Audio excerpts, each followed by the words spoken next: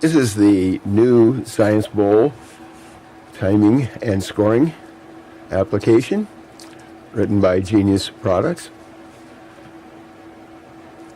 This is the login screen. Now note that the level of the school, in this case high, has been pre-selected by the coordinator of the event. So has the round number, so that all rooms are doing the same round at the same time. But logging in, you select the room that you're in. We want you to be scoring your room and only your room. But to also make sure of that, there is a password to be entered that will be provided on a per room basis.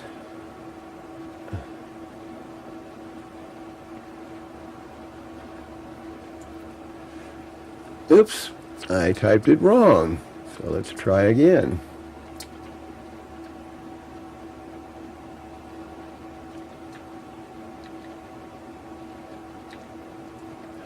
Validate password. Okay, great. Now, notice that we've selected room 203, and we have a round. Therefore, we know the teams, because the teams have been stored previously in the database by the coordinator. Team A is highlighted, Team B is highlighted. This is a 3-room team for round robin 1. A team is Basis Tucson North. B team is Hamilton High 1. These are only examples. But let's proceed here to the next display.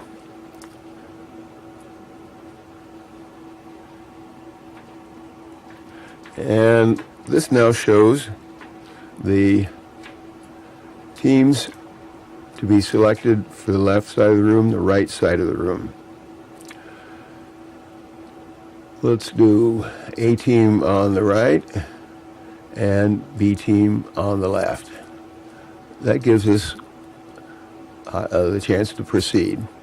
But if that was a mistake, we can click the 2 and it simply reverses the 2. All right, let's proceed with that. Now this should look familiar. Having done the Science Bowls before. If not, well, welcome. Now this repeats that we're in room 203 and we're round robin 1, and we start with question number 1. Let's go down to the half clock. We can start either an 8-minute half round, or we can start 2-minute break that immediately folds into the second 8-minute second half round.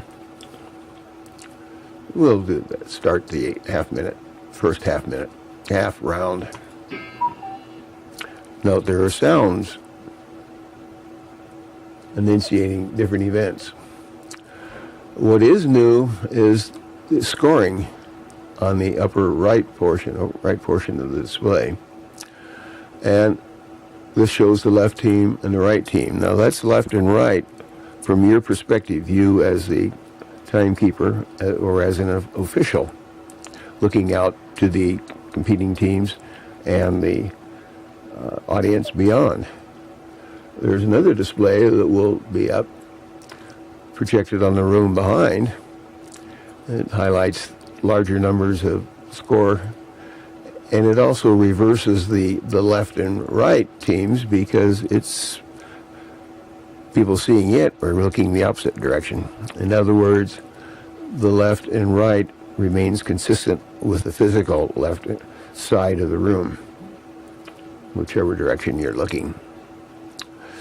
Okay.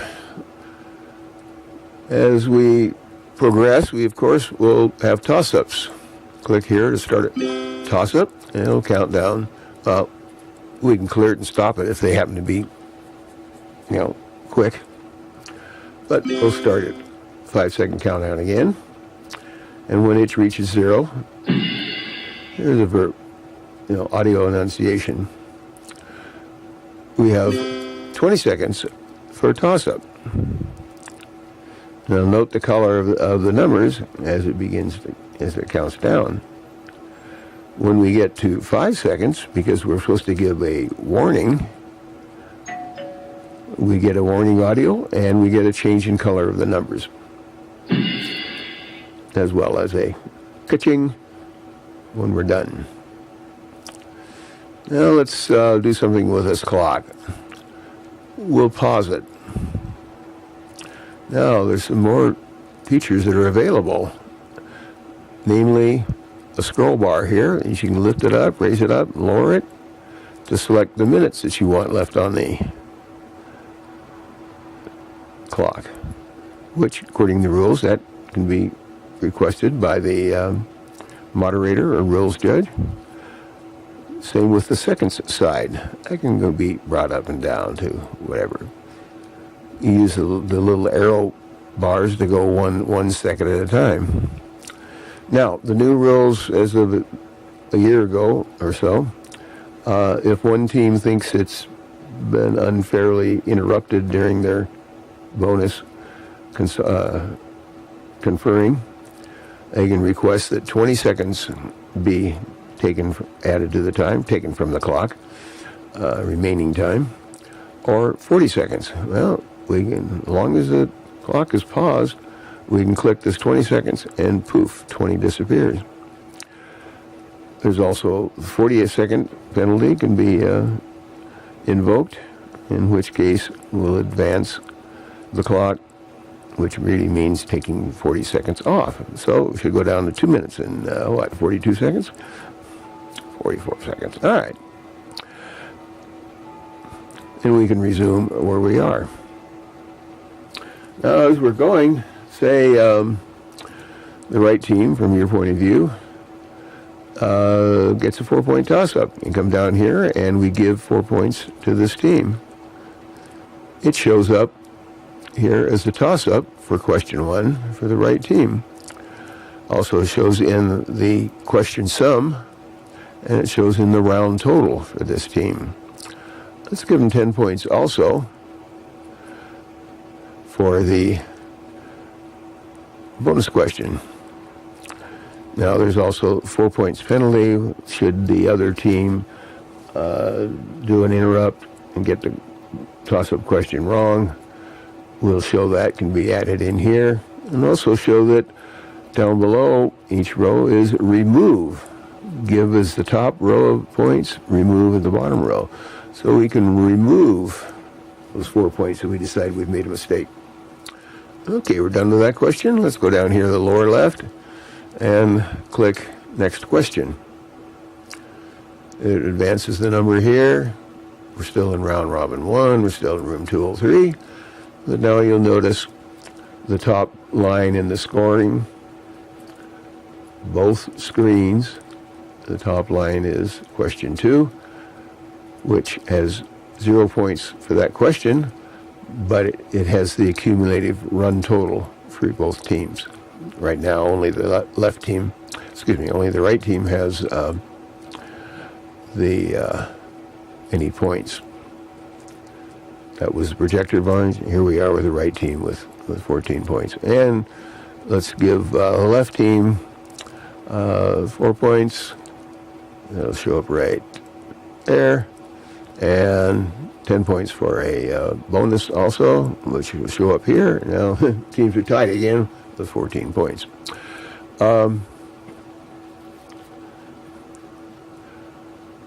Again, we can do next question any number of times. There's room here for all 25. Shouldn't be that many. Now, we'll wait for the clock to count down here. In fact, let's make it clock down faster. Long. That's the end of the half round. We can start a 2-minute break here by clicking this thing. But we'll cancel that if we really have to.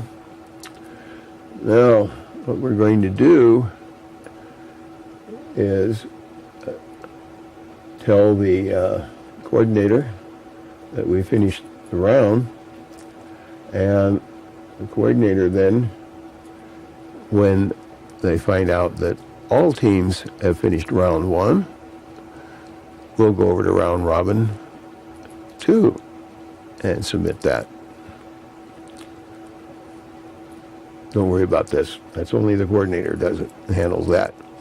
Okay, at this point, we can click Start Round, and lo and behold, round RR2.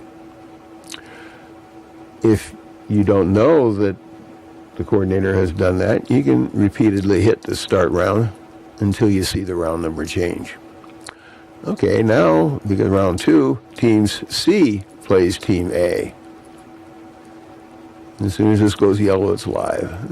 Okay, let's proceed to the time display. And we're back where we were. We got, round robin 2, room 203, and the scores are 0 for this round. And we can pick up.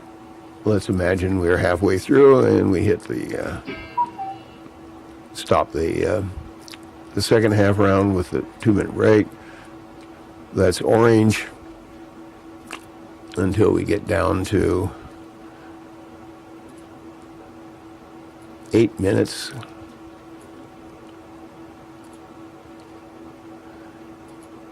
And it changes color and goes to 8 and gives you the cuckoo clock that lets you know you're starting. Now the scoring questions or clicks are available again.